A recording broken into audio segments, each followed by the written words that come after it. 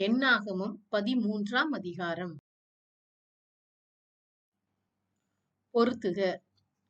ரூபன் கோத்திரம் சம்முவா. சிமியோன் கோத்திரம் சாபாத். யூதா கோத்திரம் காலேப்.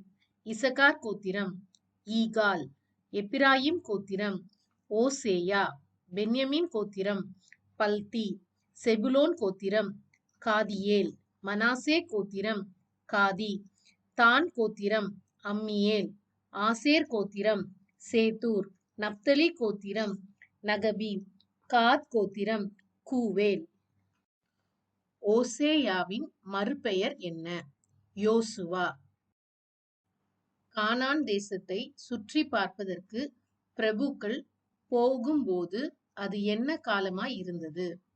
திராட்சை செடி முதற் பழம் பழுக்கிற காலமாய் இருந்தது. நிரப்புக.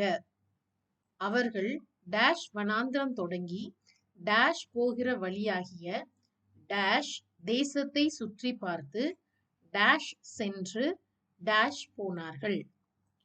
சீன் வனாந்திரம் தொடங்கி ஆமாத்துக்கு போகிற வழியாகிய ரேகோப் மட்டும் தேசத்தை சுற்றி பார்த்து தெற்கேயும் சென்று எபிரோன் மட்டும் போனார்கள். எபிரோன் எப்போது கட்டப்பட்டது? எகிப்தில் உள்ள சோவானுக்கு 7 வருஷத்திற்கு முன்னே கட்டப்பட்டது. திராட்சை குலை எவ்வளவு கனமாய் இருந்தது? ஒரு தடியிலே 2 பேர் கட்டி தூக்கி கொண்டு வர வேண்டிய கனமாய் இருந்தது.